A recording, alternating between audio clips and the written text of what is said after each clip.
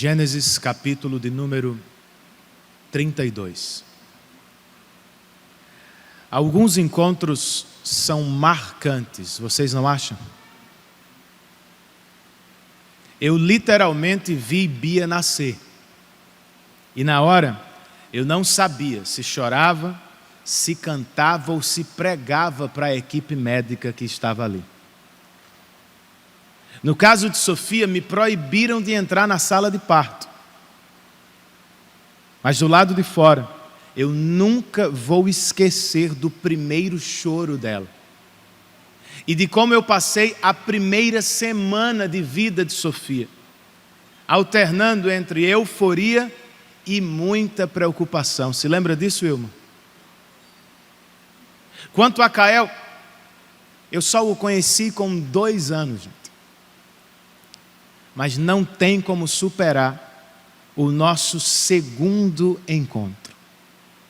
Um dia depois de conhecê-lo, eu e Sabrina fomos à creche onde ele estudava. E quando eu apontei na sala de aula, ele, que estava sentado numa fila de 20 crianças no chão, olhou fixamente para mim. Ficou meio que querendo se levantar, mas não o fez. Foi quando a professora perguntou: Kael, segundo dia que nós estávamos nos vendo, né? Kael, você quer abraçar seu pai? Ele se levantou, gente, atravessou a sala inteira e se jogou no meu braço. Foi para matar qualquer um que estava ali.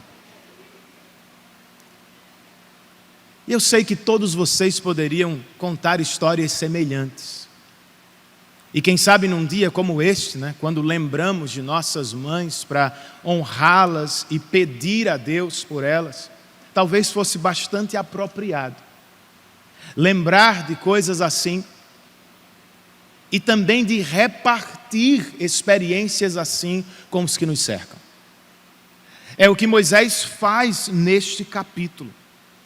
Ele reparte conosco encontros que marcaram profundamente a vida de Jacó. Para começar, eu quero ler com vocês somente o verso 3, Gênesis 32, verso 3. O texto inspirado nos diz o seguinte: Jacó mandou mensageiros adiante dele a seu irmão Esaú, na região de Seir, território de Edom. Vamos orar? Espírito Santo, nós confessamos e cremos que Tu és Deus. E entendemos por Tua palavra que é o Senhor quem nos dá iluminação espiritual para entender a Bíblia. Que é o Senhor quem nos capacita para o serviço ministerial. Então, por isso, nós te rogamos, Espírito, nos dê luz espiritual nos corações. Assiste-nos enquanto ouvimos Tua voz. Que eu seja instrumento em Tuas mãos e que todos nós sejamos muitíssimo abençoados por Tua palavra. Oramos confiando nos méritos e nos feitos de Jesus Cristo e por amor a Ele. Amém.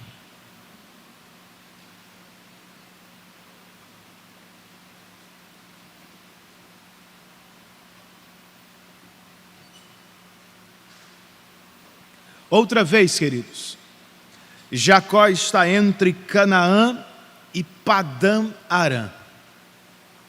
O que é diferente aqui é a direção da viagem. Em Gênesis 28, ele deixou Canaã para trás para viver em Padã Arã. Em Gênesis 32, 20 anos depois daquele episódio, ele está deixando para trás o campo de trabalho forçado de Labão para reencontrar o campo de batalha de seu irmão Esaú. como seria esse encontro. Sim, ele venceu Esaú na primeira vez, mas seria capaz de vencê-lo de novo. Algumas preocupações da primeira viagem já não existem mais. Deus já se provou, ou já deu a ele provas de que estava ao seu lado em todo o tempo. Mas é claro que outras surgiam enquanto fazia o caminho de volta. Foi quando, inesperadamente, ele viveu encontros transformadores que o prepararam para o novo episódio com Esaú. É do que precisamos às vezes. Eu sei que a vida é corrida e que sua agenda é cheia. Todavia, se você quer viajar bem, se quer chegar bem ao destino, você também precisa de encontros transformadores, renovadores. Quais são eles, pastor? Do que é que estamos falando e como eles podem nos ajudar? Falando primeiro de Jacó e só depois de nós, queridos. Nós podemos dizer inicialmente, à luz deste texto, que Jacó encontrou-se com os anjos do Senhor outra vez. Versos 1 e 2 registram: Jacó também seguiu o seu caminho, e anjos de Deus vieram ao encontro dele. Quando Jacó os avistou, disse: este é o exército de Deus. Por isso deu àquele lugar o nome de Maanaim. Bem, a oração inicial é o que liga os dois capítulos aqui. Ao fim do capítulo 31, nós lemos que Labão beijou seus netos e suas filhas e depois voltou para sua terra. Ao abrir o 32, Moisés nos conta que Jacó também seguiu o seu caminho, ou seja, o patriarca, como o sogro, está voltando para a sua própria terra. Algum problema com isso, pastor? Claro. Esaú.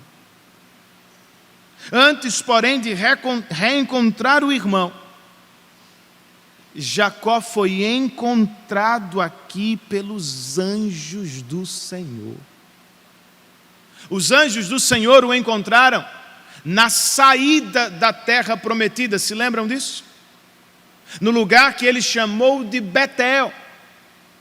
E agora os anjos do Senhor voltam a encontrá-lo no retorno para a terra prometida, em um lugar que Jacó vai chamar de Manaim, o que significa acampamento ou exército de Deus. E com que propósito se dá este encontro? Lembrar Jacó: Jacó, você não está sozinho neste mundo. E o acampamento ou exército de Esaú que virá contra você não é o único que existe na terra. Deus também tem acampamento. E seus anjos estão à sua volta. Depois desse encontro, os versos 3, 4 e 5 nos contam que Jacó mandou mensageiros adiante dele a seu irmão Esaú, na região de Seir, no território de Edom, onde agora morava Esaú. E lhes ordenou: vocês dirão o seguinte ao meu senhor Esaú: assim diz teu servo Jacó, morei na casa de Labão e com ele permaneci até agora. Tenho bois e jumentos, ovelhas e cabras, servos e servas. Envio agora esta mensagem ao meu senhor, para que me recebas bem. O que lhe chamou a atenção aqui? Talvez você tenha notado que Jacó está praticamente reproduzindo o que acabou de experimentar. Ele que recebeu mensageiros de Deus, agora está enviando mensageiros ao próprio irmão. É interessante. Mas há algo de especial, queridos, na apresentação que Jacó faz aqui. Você viu isso? Ao irmão, ele chama por 2 vezes de meu Senhor. E a si mesmo ele se chama de teu servo. Por quê? Segundo estudiosos, Jacó está tentando resolver o antigo conflito com Esaú. Ao tomar-lhe a bênção no passado, Jacó se tornou senhor de Esaú. Voltando para casa agora, ele não tem problema de dizer: meu irmão, eu sou teu servo. Jacó está mudando, gente. É verdade, mas ele ainda tem medo. Ele teve medo de Labão no passado. E aqui ele revela ter medo de Esaú. Como será que meu irmão vai me receber? Não é como ficamos às vezes? Com medo do futuro, da entrevista de trabalho, da prova da faculdade, do casamento que está às portas, do filho que vai chegar ao mundo. O que fazemos, queridos? Como enfrentamos este medo do futuro? Primeiro, segundo o que vemos aqui, nós temos que enfrentar o futuro com humildade. Não pode ser coincidência. Em um mesmo dia, mais cedo Jacó se chama de servo de Esaú. E mais tarde, como ouviremos na próxima divisão do texto, ele se chama de servo do Senhor.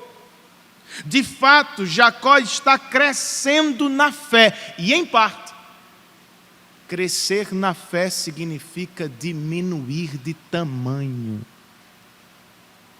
Foi Jesus quem disse: se alguém quiser ser o primeiro, será o último e servo de todos. É como você se enxerga? Nós somos mais servos ou senhores de tudo e de todos? Diminuir de tamanho, como Jacó está fazendo aqui, gente, é reconhecer que nós não somos suficientes, que não conseguimos tudo sozinhos, que precisamos e dependemos de Deus. Diminuir de tamanho, como enxergamos no texto, pode significar confessar pecados e enviar pedidos de perdão, como ele faz. Para seguir adiante, às vezes, é necessário dar passos para trás. Para enfrentar o futuro, em muitos momentos, você precisa voltar ao passado para resolver algumas questões. E isso requer humildade.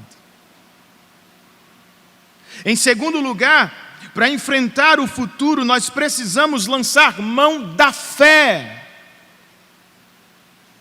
Hebreus 11 define fé como a certeza daquilo que esperamos e a prova das coisas que não vemos.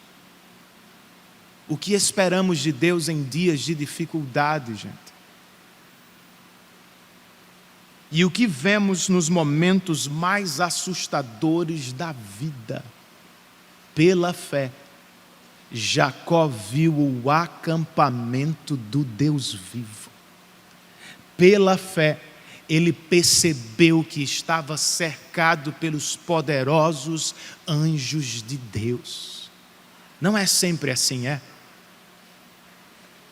Eu tenho para mim que nós somos mais dominados pelo que vemos e que facilmente nos esquecemos do que acreditamos de fato. Tome o servo de Eliseu, por exemplo, que teve medo do exército da Síria. E o profeta disse: você não precisa ter medo, porque os que estão conosco são mais fortes e mais numerosos do que eles. Como assim, profeta? Eliseu orou. Deus abriu os olhos de seu servo e ele viu colinas cheias de cavalos e carros de fogo ao redor do profeta.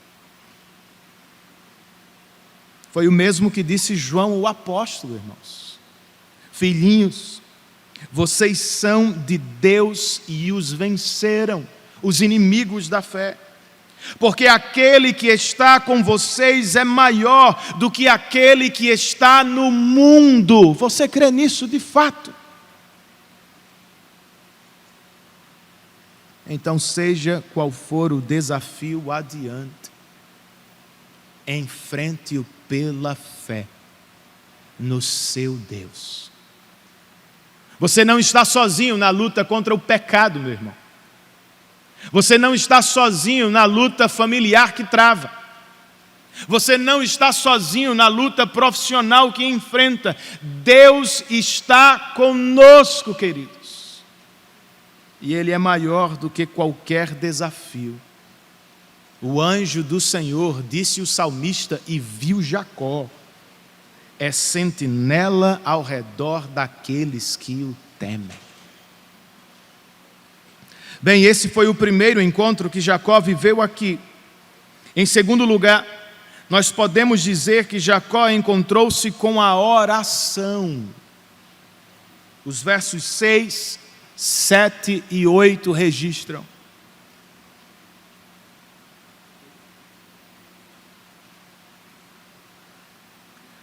Quando os mensageiros voltaram a Jacó, disseram-lhe: fomos até seu irmão Esaú, e ele está vindo ao seu encontro, com 400 homens. Jacó encheu-se de medo e foi tomado de angústia. Então dividiu em 2 grupos todos os que estavam com ele, bem como as ovelhas, as cabras, os bois e os camelos, pois assim pensou: se Esaú vier e atacar um dos grupos, o outro poderá escapar. A primeira tentativa parece ter dado errado, irmãos. Sim, Jacó está vindo ao encontro, ou melhor, Esaú está vindo ao encontro de Jacó, acompanhado de um pequeno exército feito de 400 homens. E é claro que Jacó fica com medo. E é claro que ele tenta alguma coisa, ele é Jacó. Pelo que entendeu do movimento de seu irmão, em breve ele e sua família serão atacados subitamente. Então, vamos dividir tudo. Mas para fazer justiça com ele, Jacó aqui não só tentou algo na força do próprio braço. Ele orou aqui. É a primeira oração registrada de Jacó na Bíblia. E detalhe, é a oração mais longa do livro de Gênesis. Verso 12 ao verso de número, ou melhor, verso 9 ao verso de número 12. Moisés nos diz: então Jacó orou: ó Deus de meu pai Abraão, Deus de meu pai Isaque, ó Senhor, que me disseste: volte para a sua terra e para os seus parentes, e eu o farei prosperar. Não sou digno de toda a bondade e lealdade com que trataste o teu servo. Quando atravessei o Jordão, eu tinha apenas o meu cajado, mas agora possuo 2 caravanas. Livra-me, rogo-te, das mãos do meu irmão Esaú, porque tenho medo que ele venha nos atacar, tanto a mim como as mães e as crianças, pois tu prometeste.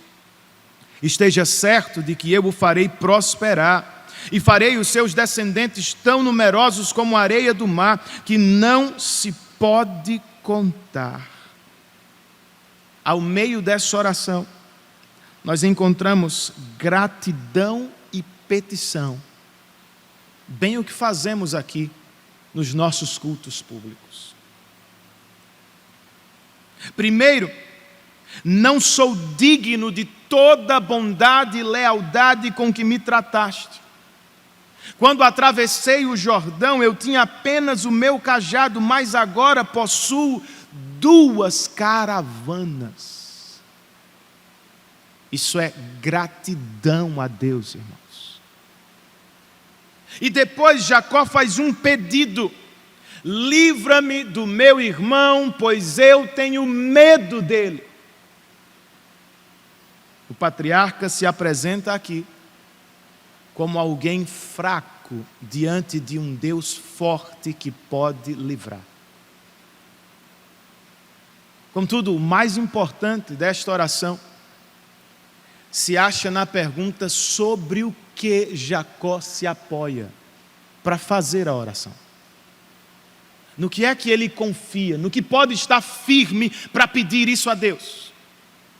Bem, Jacó recorre aqui às promessas de Deus. Primeiro, foi o Senhor quem me disse: volte para a sua terra e para os seus parentes. Depois, pois tu prometeste, esteja certo de que eu o farei prosperar. E por que é que Jacó está mencionando as promessas de Deus? Um comentarista escreve: Jacó se valeu das promessas de Deus, não apenas para, por assim dizer, lembrar Deus, mas principalmente para ser fortalecido por aquilo que Deus já lhe tinha dito. E ele foi, será. Antes, porém, ele volta à ação de estratégia. Versos 13 a 21. Depois de passar ali a noite, Jacó escolheu entre os seus rebanhos um presente para o seu irmão Esaú. Um baita presente. 200 cabras e 20 bodes, 200 ovelhas e 20 carneiros, 30 fêmeas de camelo com seus filhotes, 40 vacas e 10 touros, 20 jumentas e 10 jumentos. Designou cada rebanho sob o cuidado de um servo e disse-lhes: vão à minha frente e mantenham certa distância entre um rebanho e outro, entre um presente e outro. Ao que ia à frente, deu a seguinte instrução: quando meu irmão Esaú encontrasse com você e lhe perguntar: a quem você pertence, para onde vai e de quem é todo este rebanho à sua frente, você responderá: é do teu servo Jacó. É um presente para o meu senhor Esaú, e ele mesmo está vindo atrás de nós. Também instruiu o segundo, o terceiro e todos os outros que acompanhavam os rebanhos: digam também a mesma coisa a Esaú quando o encontrarem. E acrescentem: teu servo Jacó está vindo atrás de nós. Por quê, gente? Está aqui, ó. Porque pensava: eu o apaziguarei com esses presentes que estou enviando antes de mim. Mais tarde, quando eu o vir, talvez me receba. Assim, os presentes de Jacó seguiram à sua frente. Ele, porém, passou a noite no acampamento. Bem, o que vocês acham dessa estratégia? O que Jacó está fazendo aqui? Os comentaristas se dividem. Alguns o criticam, sugerindo que Jacó está agindo como Jacó. Acabou de orar pedindo a Deus livramento, mas não confia plenamente em Deus e por isso volta a montar suas próprias estratégias. Talvez seja o caso. Mas outros comentaristas, como é o caso do próprio João Calvino, o aplaudem aqui. Por quê? Por unir oração e ação, fé e planejamento. Sinceramente, eu não sei ao certo com quem ficar, queridos. O que me parece claro, no entanto, é o que ele quer com os presentes que manda para Esaú. eu vou apaziguar o meu irmão. Apaziguar tem por sinônimo expiar, aplacar, remir. Em outras palavras, Jacó está tentando acertar as contas com o irmão. No passado, Esaú, eu roubei de você, mas agora que volto para casa, eu quero restituir o que tirei, dando-te parte do que o Senhor me deu. Se é o que está fazendo, irmãos, este é o caminho certo para a reconciliação mesmo. Restituição.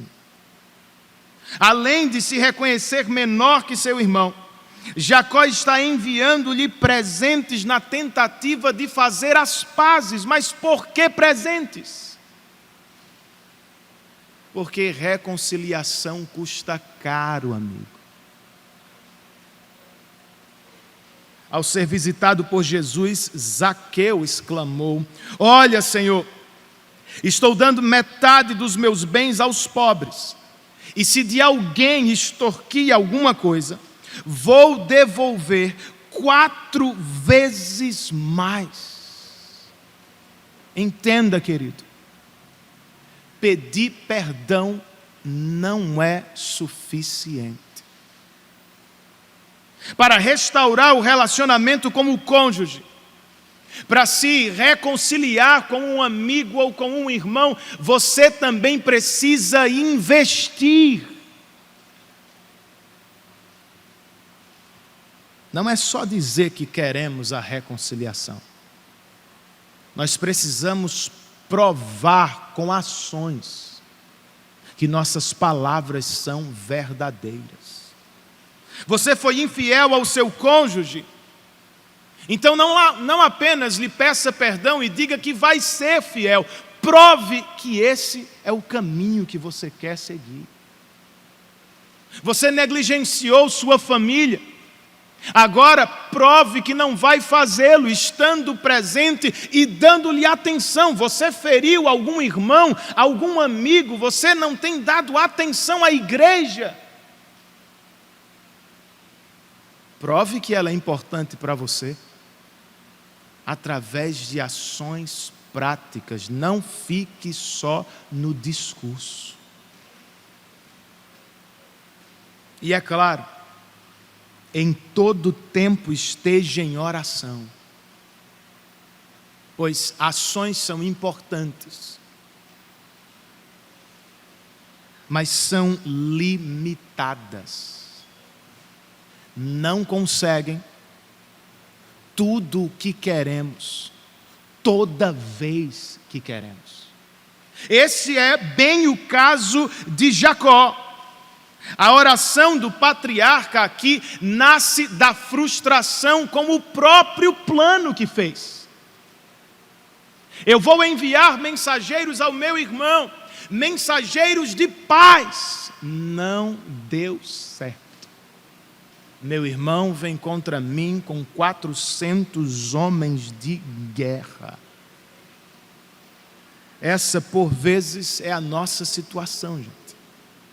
Nós queremos resolver tudo sozinhos. Achamos que damos conta, nos esquecemos do acampamento de Deus. Então, surge a verdade. Você não dá conta de vencer o pecado na força do seu braço. Eu não dou conta de levar meu casamento na força do meu braço. Os pais desta igreja não são capazes de criar seus filhos na força de seu braço. Todos os trabalhadores aqui não são capazes de resolver os problemas do trabalho ou de encontrar sucesso no trabalho sozinhos. Então, o que fazemos? Às vezes, como nosso último recurso, nós oramos. Depois de tentar todas as coisas. E por um lado, eu digo, ainda bem que oramos. Ou melhor, ainda bem que Deus é bom conosco. Pois para nos colocar face a face com Ele, Ele sabe como dobrar nossos joelhos, Ele sabe como quebrar nosso orgulho, Ele sabe como nos levar à oração, por vezes não nos deixando prosperar nos nossos próprios planos. Caímos de joelhos. Mas por outro lado, eu tenho que dizer que pena que demoramos tanto para orar. Por vezes escuto agora, tudo o que me resta é a oração, pastor. Não, irmão. Em todo tempo, tudo o que temos de verdade é a oração. As soluções dos problemas não virão da nossa força. Serão sempre dádivas do Senhor. Então oremos. Não como o único ou último melhor recurso da vida. Oremos sempre e estejamos sempre seguros sob as asas do Altíssimo. Agora, como orar? De novo, marque isso. Jacó está nos dando aula aqui. Ele se valeu das promessas de Deus. Nós não podemos ter certeza que Deus vai atender aos nossos caprichos. Talvez atenda, talvez não. Mas eu sei, e vocês sabem, que Ele é cumpridor de promessas. É mais seguro então orar lançando mão das promessas de Deus na palavra. A questão é, você as conhece? Você sabe do que Deus prometeu na palavra? Aos que estão lutando contra o pecado, lembrem-se de Filipenses 1,6, que diz: aquele que começou a boa obra em vocês, há de completá-la até o dia de Cristo. Aqueles que estão lutando contra a ansiedade, lembrem-se de Mateus 6. Portanto, não se preocupem dizendo que vamos comer, que vamos beber, que vamos vestir. Os pagãos é que correm atrás dessas coisas, mas o Pai Celestial sabe que vocês precisam delas. Busquem, pois, em primeiro lugar o reino de Deus e a sua justiça, e todas essas coisas serão acrescentadas a vocês. Aos que estão lutando com o medo da morte, ou contra as acusações de Satanás, lembrem-se de Romanos, finalzinho do capítulo 8, quando Paulo diz: pois eu estou convencido de que nem morte, nem vida, nem anjos, nem demônios, nem o presente, nem o futuro, nem quaisquer poderes, nem altura, nem profundidade, nem qualquer outra coisa na criação será capaz de nos separar do amor de Deus que está em Cristo Jesus. Você precisa conhecer as promessas de Deus para você. Suas orações serão mais sólidas, mais robustas, mais fortes no impacto sobre o coração e mente. É por isso então que Jacó está orando. Jacó encontrou-se com anjos, Jacó encontrou-se com a oração, e por fim, queridos, Jacó encontrou-se com Deus. Versos 22, 23 e 24.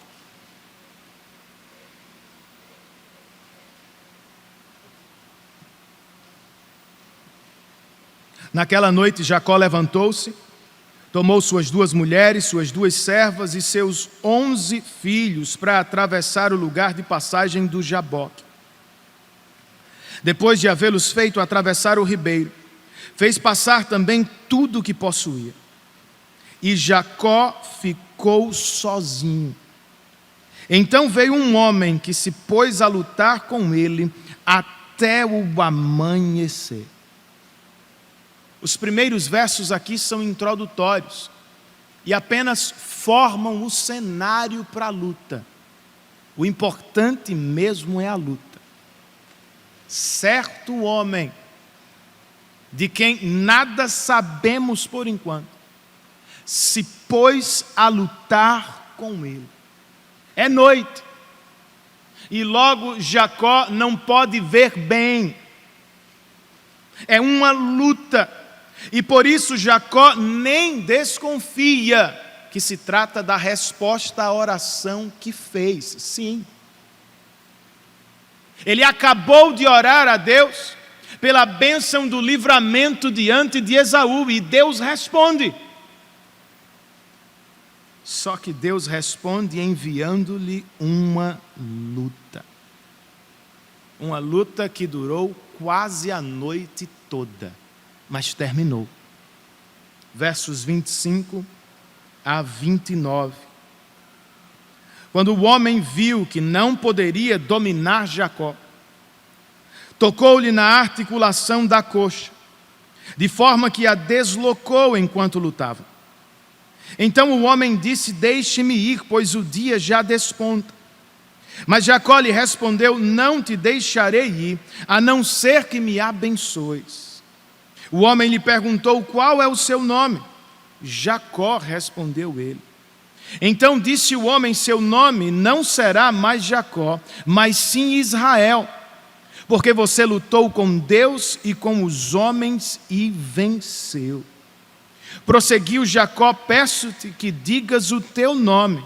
Mas ele respondeu: por que pergunta o meu nome? E o abençoou ali. A luta terminou com um único toque. Foi quando Jacó percebeu: não se trata de mero homem, no mínimo é alguém da parte de Deus. E por isso, não podendo mais lutar, Jacó se agarra àquele homem da parte de Deus e implora por uma bênção. Vejam, Jacó podia ter desistido, gente.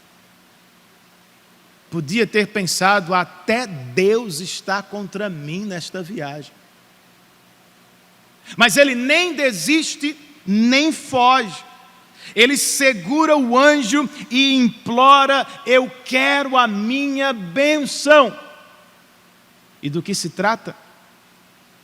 As palavras do pastor Hernandes Dias Lopes: os olhos de Jacó foram abertos para compreender que a maior bênção da vida não é riqueza nem família, é Deus. Deus sem Jacó continua Deus. Mas e Jacó sem Deus? Quem é na vida? Antes, porém, da bênção, vem uma pergunta crucial: qual é o teu nome? Gente, essa pergunta é muito importante. Jacó vem fugindo dela há 20 anos. Da última vez que seu pai lhe fez esta pergunta, ele disse: eu sou Esaú. E quando se encontrou com Raquel, ele disse apenas: eu sou parente de Labão. Aqui, pela primeira vez na história, ele revela, melhor, ele confessa: eu sou Jacó, o ladrão das bênçãos de Deus. Não será mais. Seu nome deste dia em diante será Israel. E a explicação do homem é: você lutou com Deus e com os homens e venceu. É verdade. Ele tem lutado com os homens em vários lugares e toda vez se dá bem, né? E com Deus ele também se dá bem. Só que é diferente, gente. Ele vence quando perde e pede a bênção do Senhor. Jacó vence quando reconhece que sozinho não pode lutar. Ele vence quando se vê menos como Jacó, o homem que consegue a bênção, e mais como Israel, o homem que tem Deus lutando ao seu lado. De fato ele vence aqui. De posse da bênção, os versos 30, 31 e 32 encerram a narrativa nos dizendo que Jacó chamou àquele lugar Peniel, pois disse: vi a Deus face a face, e todavia a minha vida foi poupada. O narrador conclui: ao nascer do sol, atravessou Peniel mancando por causa da coxa. Por isso, até o dia de hoje, os israelitas não comem o músculo ligado à articulação do quadril, porque nesse músculo Jacó foi ferido. Então, quem era mesmo o homem dessa luta? Algumas pessoas, como o próprio João Calvino, dizem que aqui nós temos uma manifestação do Cristo pré-encarnado. Irmãos, pode ser. Mas eu prefiro ficar com a conclusão do próprio Jacó. Eu vi a Deus face a face. É uma manifestação de Deus ou de alguém da parte dele. Do que não se tem dúvida aqui é dos dois novos distintivos que ele carrega. Ao amanhecer, Jacó tem agora um novo nome que lhe lembra de seu destino. E uma nova deformidade que lhe lembra que em Deus ele encontrou alguém que derrubou sua autossuficiência. Não sei se é do que gosta, mas certamente é do que precisamos. Como Jacó, nós precisamos viver este encontro transformador com Deus. E sobre ele, a título de aplicação, eu quero que notemos algumas coisas. Primeiro, veja, o encontro com Deus pode ser uma grande luta. Jacó pediu uma bênção e recebeu uma batalha. Você tem pedido para crescer na fé, não tem? Tem dito que quer andar mais perto de Deus, não é? Então, a presença de Deus, como escreve um pastor, nem sempre se parece com um spa tranquilo e confortável. Às vezes, ela está mais para uma luta de MMA. E se for mesmo, irmãos, já pensou? E se a luta familiar, a luta no trabalho, a luta na saúde for a mão de Deus? Você não entende bem o que está acontecendo, não sabe ao certo o que fazer, siga o exemplo do patriarca aqui. Agarre-se a Deus e persevere com Ele até o fim. Não é hora de desistir. Não é agora que vamos fugir. No caso de Jacó, ele está às portas da terra prometida. Por que voltar atrás agora? Então, perseveremos com Deus em oração por aquilo que realmente queremos. Vejam, Jacó não entendeu, mas perseverou. Jó não entendeu, mas se submeteu. O homem importuno da parábola de Jesus bateu a porta de seu vizinho e não saiu de lá até ser atendido.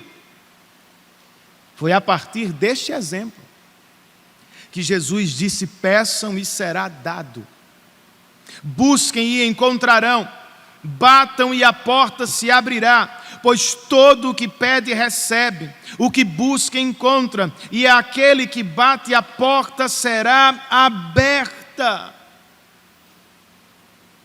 Essa é a questão, queridos. Será que realmente queremos o que falamos a Deus em oração? Então, por que desistimos tão rápido? Por que você esquece o assunto tão depressa? Persevere com Deus. Insista com Ele. No tempo certo, Deus lhe atenderá, segundo a vontade dEle, para a glória dEle, mas também para o seu bem. E ao menos eu vou dizer amém. Em segundo lugar, falando ainda deste encontro transformador, eu quero que você entenda que ele pode ser um processo. Olha que interessante, um comentarista me fez observar isso. Abrão teve o nome mudado para Abraão, não foi assim? Nunca mais foi chamado de Abrão. Sarai teve o nome mudado para Sara, nunca mais voltou a ser chamado pelo primeiro nome. Com Jacó, no entanto, é diferente. A Bíblia vai alternar até o fim, ora chamando de Israel, ora chamando de Jacó. Por quê? Ian Duguid, em um livro que está no boletim, escreve: Jacó e Israel têm duas naturezas em conflito. Jacó já é Israel por obra de Deus, mas Israel vai levar a vida toda para se ver livre de Jacó, também por obra de Deus. Eu vejo aqui uma excelente ilustração da nossa vida cristã, irmãos. Em Cristo, Deus nos justificou num ato forense, está feito ao nos salvar, e por meio da obra de Cristo, Deus nos declara justos para sempre, embora ainda sejamos pecadores. Diz o pastor Leandro Lima, somos uma coisa na prática e outra coisa no papel. O católico fica louco com isso, mas é verdade. Somos justos para Deus em Cristo, mas nós sabemos que na vida ainda somos pecadores. Por isso, a transformação que começa na salvação ou na conversão vai transcorrer durante toda a vida por meio do que chamamos de santificação. E o que é santificação, pastor? Segundo este texto, ou na linguagem deste texto, santificação é perder para Deus, a fim de vencer com Deus. E não é algo que acontece uma única vez na conversão, irmãos. Essa tem que ser a nossa experiência diária com Deus. Portanto, toda vez que você se submete à vontade de Deus, mesmo relutando, mesmo conflitando, mesmo não entendendo plenamente, toda vez que você reconhece que não é suficiente e que dele precisa, toda vez que clama por ajuda e depende dele, toda vez que você faz isso, você está crescendo e sendo transformado, pouco a pouco, à imagem do Filho perfeito de Deus. Por fim, eu ainda preciso dizer que este encontro com Deus só se dá por meio de Cristo, irmãos. Por isso, seja você um crente de longa data, ou alguém que está aqui apenas considerando a fé cristã, o que todos precisamos fazer nesta manhã é olhar para Cristo. Porque os crentes do Antigo Testamento não comiam mais do quadril dos animais. Para lembrar, foi aqui que Jacó foi tocado por Deus. Porque nós celebramos a ceia do Senhor todos os meses. Porque nós cultuamos todos os domingos. Porque precisamos lembrar, queridos, do que Deus fez por nós em Cristo. Para enfrentar os desafios do futuro, eu e vocês precisamos colocar os olhos nas bênçãos do passado. Ao olhar para Cristo, você precisa raciocinar, como ensina Paulo em Romanos 8. Se Deus me deu vitória em Cristo, contra os meus mais terríveis inimigos, condenação do pecado, o medo da morte, contra o próprio diabo, porque ele não me daria vitória contra todos os outros desafios da vida. Você ainda não é um crente convicto, mas está pensando sobre. Quem sabe as lutas da vida, como aconteceu com Jacó, estão forçando a considerar Deus. Como você se relaciona com Ele? Como um pecador se reconcilia, não com Esaú, um semelhante, mas com o único Deus vivo e verdadeiro, perfeitamente justo e santo. A verdade é, você não consegue se reconciliar com Ele sozinho. Você não tem presente para apaziguar a ira de Deus. Por isso, é necessário fé, uma dádiva de Deus, para crer que Cristo fez isso na cruz, no nosso lugar. Jesus lutou com Deus por nós no Getsêmani, vocês se lembram? Orando ao Pai, Ele disse: meu Pai, se for possível, afasta de mim este cálice, contudo, não seja como eu quero, mas como tu queres. Na cruz Ele estava lutando com Deus. E em dado momento Ele disse: meu Deus, por que me abandonaste? A luta com Deus não resultou meramente num ferimento no quadril, irmãos. Jesus foi preso, chicoteado e crucificado por homens maus àquele maldito madeiro. E estando ali, assumindo a nossa culpa, os nossos pecados, Jesus foi punido por Deus o Pai no nosso lugar. Mesmo assim, como Jacó, ele se agarrou a Deus e não soltou, até conquistar a bênção.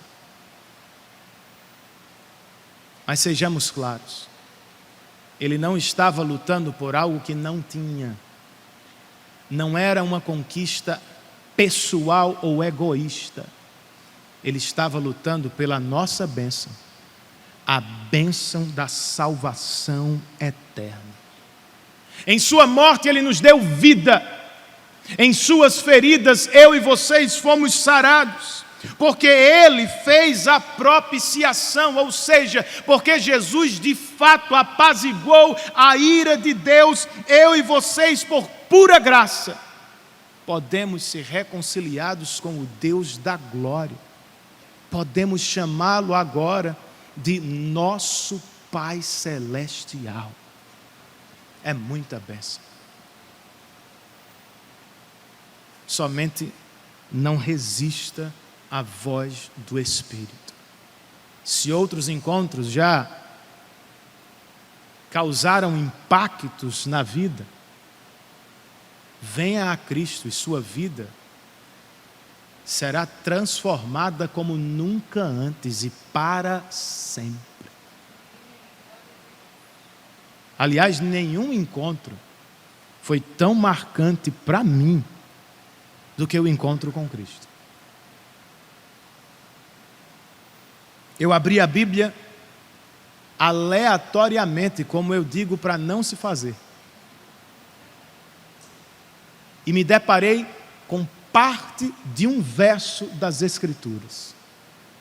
Salmo 37, verso 4, parte A. Deleita-te no Senhor.